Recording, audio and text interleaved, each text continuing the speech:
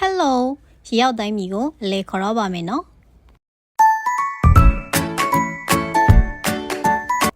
Aquarium KNCC ကိုအလဲတော့ပါမယ်ရှင်ဒီ Aquarium က KNCC ရဲ့ Surya Shopping Mall ကနေဓာတ်ရိုက်သွားလို့ရပါတယ်အဲ့ဒီ Shopping Mall ရဲ့ ground floor ကနေလမ်းလျှောက်ပြီးတော့ဓာတ်ရိုက်သွားလို့ရတာပေါ့နော်လမ်းလျှောက်ရင်တော့9မိနစ်6မိနစ်လောက်တော့ကြာမယ်ထင်ပါတယ်ကုန်းပေါ်ကနေရေရောက်တိုင်းမီကိုသွားမယ်ဆိုတော့ ticket ဝယ်ရပါတယ်နော်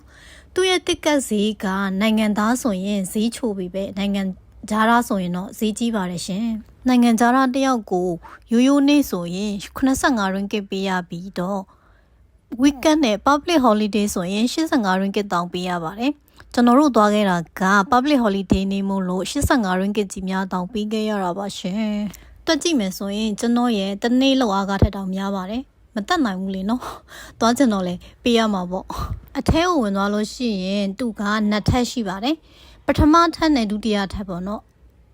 အပေါ်ဆုံးထပ်မှာတော့ဘာမှသိမ့်မရှိဘူးနည်းနည်းပါးပါးပဲရှိပေမဲ့အောက်ထပ်ကိုရောက်သွားရင်တော့တော်တော်စုံပါတယ်အောက်ထပ်ကိုရောက်သွားတော့မသိရင်ကိုယ့်ရဲ့တိုင်းပြည်ကိုရောက်သွားတယ်လို့ပဲခံစားရတယ်မားမိတ်ဆိုတော့လေအောက်ထပ်မှာငါးတွေကတော်တော်စုံတယ်ပြောရမယ်ဒီလားမမြင်ဘူးတာတွေရောမြင်ဘူးတာတွေရောတခြားနိုင်ငံရဲ့ aquarium တွေကမရောက်ဘူးလို့မသိဘူးပေါ့နော်ဒါပေမဲ့ဒီ aquarium မှာတော့တော်တော်စုံတယ်လို့ပြောလို့ရပါတယ်အကျယ်ကြီးမဟုတ်ဘူးလို့တော့ခံစားရတယ်သိလားဘာလို့လဲဆိုတော့ဓာတ်ပုံတွေလည်းရိုက်တယ်ငါးတွေကိုလည်းတတိချာကြည့်ရတော့မှလေတနာကြီးကြော်လောက်ပဲကြားတယ်ကွယ်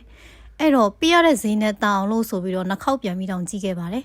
အဲ့ဒီကိုသွားမယ်ဆိုရင်တစ်ခုလောက်အကြံပြုချင်ပါတယ်ဘာလို့လဲဆိုတော့ public holiday နေ့ကိုမသွားပါနဲ့လို့အဲ့ဒီနေ့သွားရင်လူလဲတိုးရတယ်ဈေးလဲပိုပေးရပါတယ်ကျွန်တော်တို့သွားခဲ့တာက public holiday နေ့မို့လို့လူတိုးနေရတာနဲ့တချို့ငါးလေးတွေကိုကောင်းကောင်းတော့မကြည့်ခဲ့ရအောင်သိလားမရောက်ဘူးသေးဘူးဆိုရင်တော့ပြရတဲ့ဈေးကကြီးပေမဲ့တစ်ခါတော့သွားကြည့်ကြဖို့အကြံပေးချင်ပါတယ်တငယ်ချင်းတွေနဲ့ပဲ date ရီးစားနဲ့ပဲ date လို့ကောင်းတဲ့နေရာတစ်ခုပါ